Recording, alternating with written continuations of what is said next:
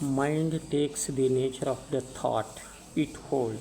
The mind, like a sponge, suck up any liquid substance it rests on or any that is near.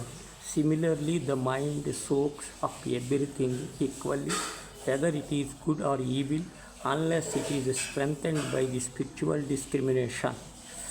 There is such thing as Abhyasa Yoga through practice. Keep up practice and you will find that your mind will follow in whatever direction you lead. The mind is like a white cloth just returned from the laundry. It will be red if you dip in red dye and blue if you dip it in blue. It will have whatever color you dip in it.